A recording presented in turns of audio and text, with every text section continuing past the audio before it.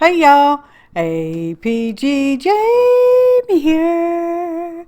I'm so happy that you are here too. Welcome to the channel. So today brings us hashtag 4th Art Saturday. It's an open collaboration and you can find all that information in the description below.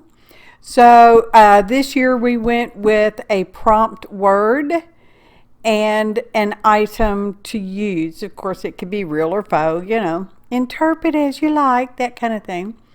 So I'm not going to go through all the collaboration stuff because, time's kind of been an issue for me lately. Because I just got this project done yesterday, and you may have noticed there was no Friday video again. So things may be different and different. I just can't say what's going on because it's just stuff. Anyway, we have a die cut leaf. I think it's one of those things that teachers typically decorate bulletin boards with. I don't know. I'm not sure. Anyway, had some of that free paper from Stampington you saw, and we glued that onto the back of the leaf, and now I am trimming out the leaf. I'm trying to keep the stem end just a little bit wider, but I wanted more narrow within the body of the leaf, so we trimmed off a lot of the white, and we're using one of Timmy's sanders, and we're sanding the edge, roughing up the edge, the flat side, and this side, because the die cut thingy-majig is kind of glossy, and I'm just sanding over it because we're going to ink it, and I want it to be a bit more aged. Okay. So we're going to use coffee colored ink, and speaking of, there's also a list of ingredients in the description below. More to see more information, including the information about the open collab and the ingredients. So I've come back, checked all my edges, and we've used our glitter glue for that. You saw we used the Elmers extreme glue stick earlier. Any hoots.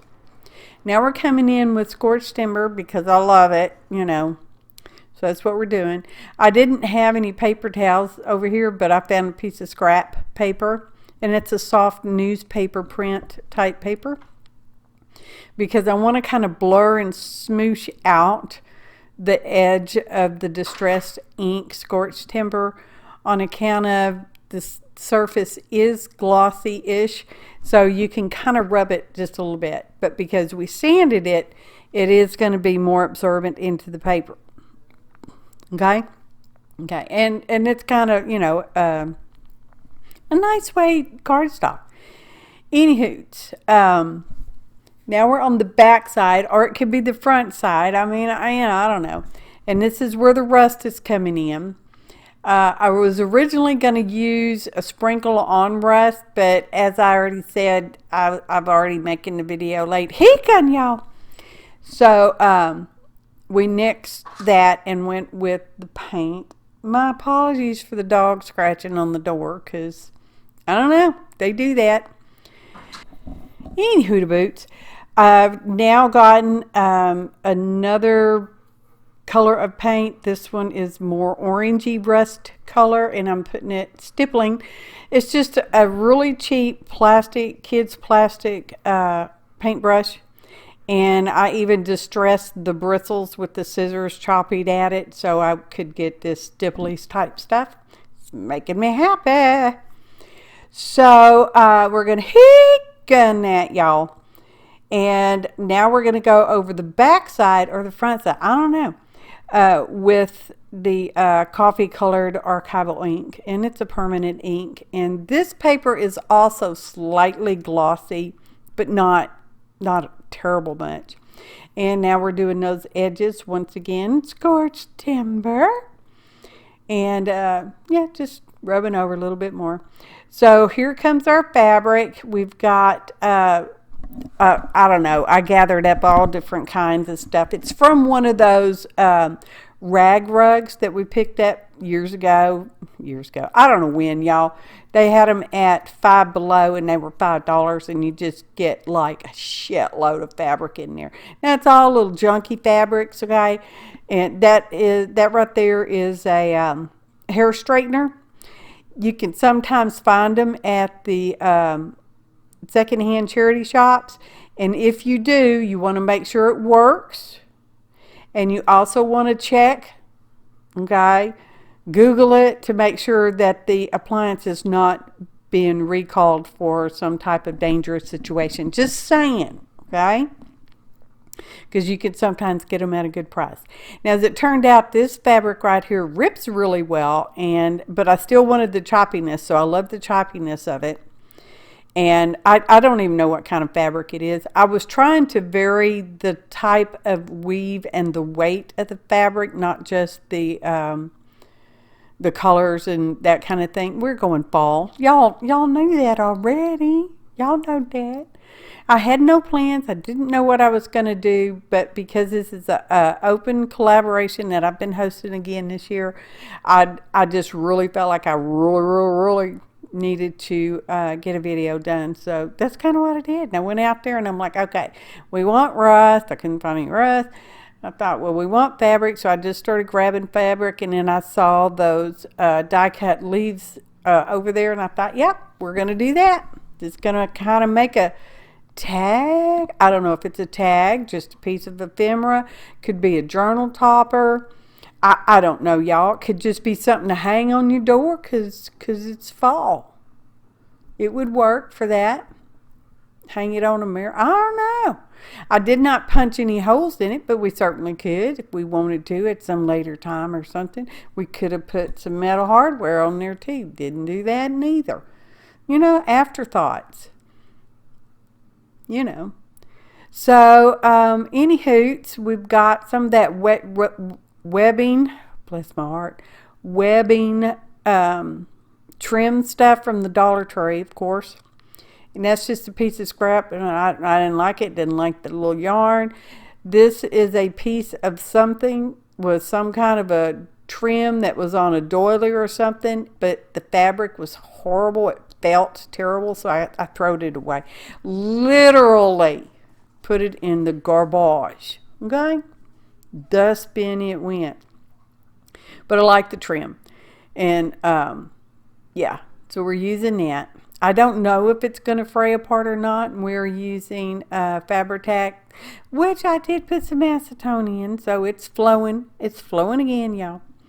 And now we're just going to get some Ellie Mae's on there so she can clamp it till it mostly dries.